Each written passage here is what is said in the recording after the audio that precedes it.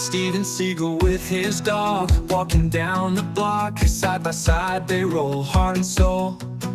In the morning they run, chasing after fun. We are doing Steven Seagal Lawman, episode 3 of season 1.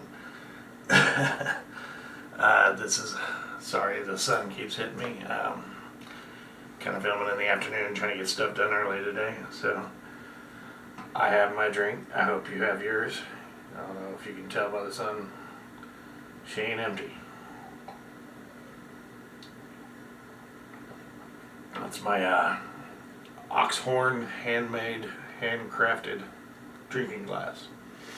Was sent to me for Father's Day. It is cool as hell and I love it. Thank you, son. Started out with a double drink, so if you guys have made a game of this yet, that's 2.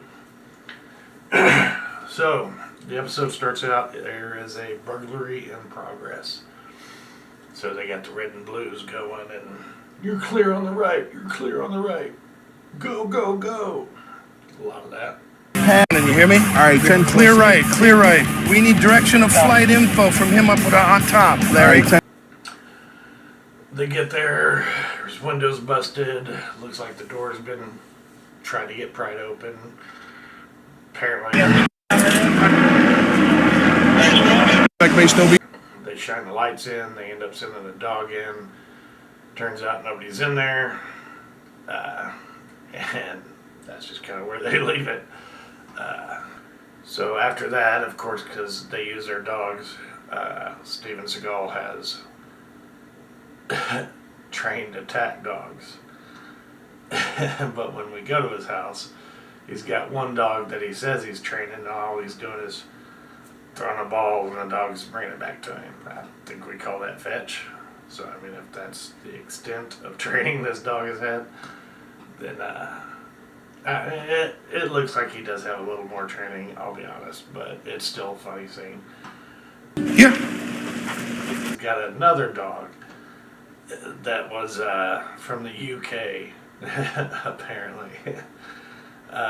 He was trained to be aggressive towards everybody, so now he's trying to teach him to work in tandem with his current dog to only be aggressive when told by his owner, basically. It's a very long, drawn-out scene. We'll just start out with a few really basic exercises. I think it should be fun and probably a little chaotic. You ready? Yeah. So second trainer is going to agitate the dog. Yeah, and it's weird because when they're doing the dog training, like, normally when you see dog training videos, either they got like the gauntlet thing, pillow on their arm, or the suit to make sure the dog doesn't actually bite them or hurt them.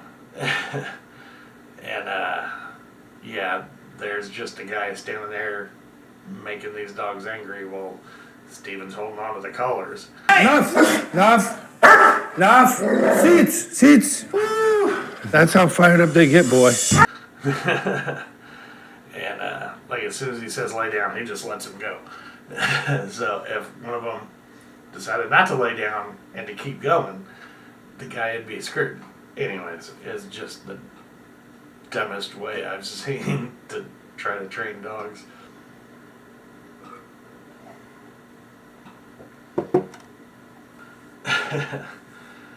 But while this is happening, one of the other couples is standing there, and the guy's got a bunch of money in his pocket. And Steven walks over and is like, "Loan me $5, man. Come on, give me $5. Damn."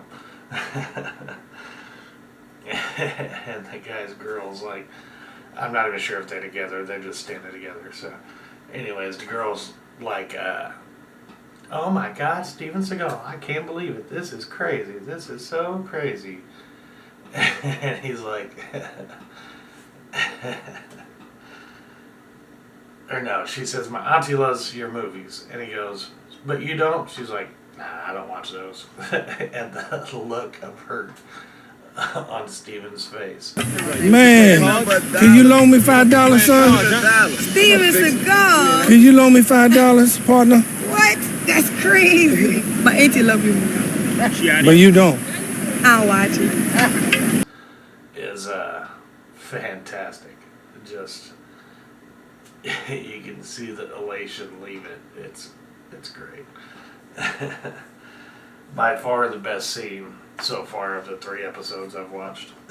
So after that, they get called to a 911 residential call, and the caller called and hung up.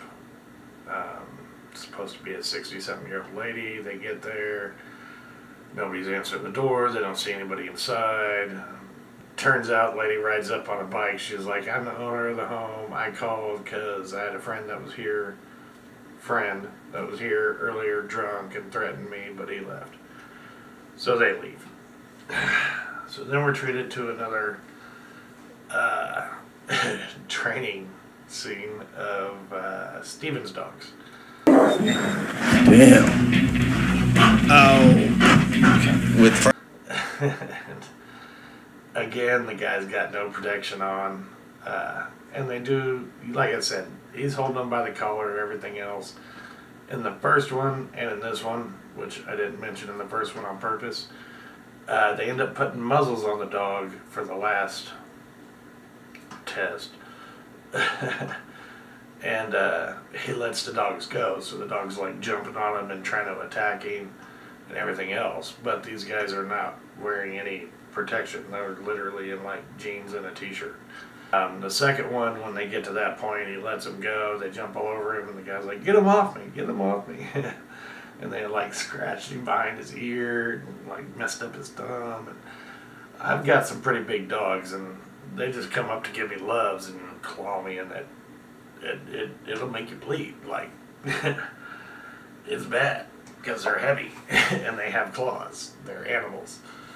So why you would put yourself in that situation without any protection is just kind of dumb, especially when they're not your dogs. But yeah, other than that, that's kind of where they end the episode. So I guess that's where I'm going to end my episode. I appreciate you guys for checking me out. Again, sorry for the sunbeams on the old noggin here.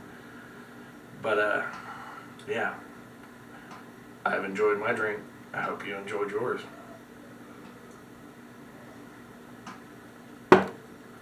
Thanks for tuning in. Have a drink of paint. See you next time.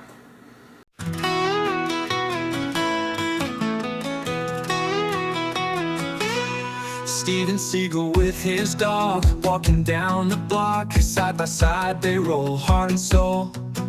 In the morning they run, chase